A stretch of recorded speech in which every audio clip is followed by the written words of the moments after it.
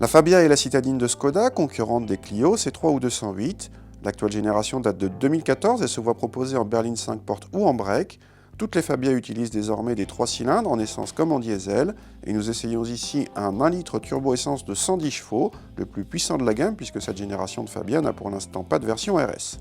Ce TSI 110 est proposé sur la berline ou le break, au choix en boîte mécanique à 6 rapports ou en DSG7, avec les finitions hautes, c'est-à-dire en faisant l'impasse sur la finition de base dénommée active.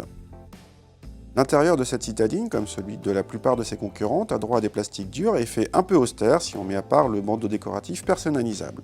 L'écran central tactile est de série à partir de la finition intermédiaire. Il ne recèle pas de GPS mais reçoit la connectivité Android Auto et Apple CarPlay. À l'arrière, l'habitabilité est analogue à celle des Clio 208, mais du coup sensiblement inférieure aux récentes Ibiza ou Polo, très spacieuse. Le coffre est également proche de celui des deux françaises et là encore inférieur à celui de ses cousines plus récentes. Le 3 cylindres a le mérite de se montrer discret, y compris en vibration lors des interventions du stop and start. Le couple élevé pour un petit moteur est disponible assez tôt, sous les demi-tours, permettant une conduite en souplesse si vous n'êtes pas trop pressé.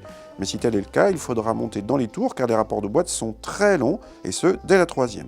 Côté châssis, notre voiture d'essai chaussée de roues de 16 pouces s'est montrée inutilement ferme, sans pour autant devenir dynamique. Préférez des roues plus petites, moins chères, et qui préserveront mieux le confort. Les consommations sont raisonnables, là encore si vous n'êtes pas trop pressé, et dans la moyenne de la catégorie, qui utilise majoritairement aujourd'hui le même type d'architecture en 3 cylindres. Côté tarif, un point fort habituel de Škoda, la Fabia berline commence à un peu plus de 12 000 € avec le petit moteur de 60 chevaux et monte à presque 17 000 € avec le TSI 110. C'est bien placé par rapport à la concurrence à ce niveau de puissance, même si l'équipement n'est pas très complet. Mais la Fabia TSI 95, déjà agréable au moteur, coûte 450 € de moins et nous paraît plus intéressante.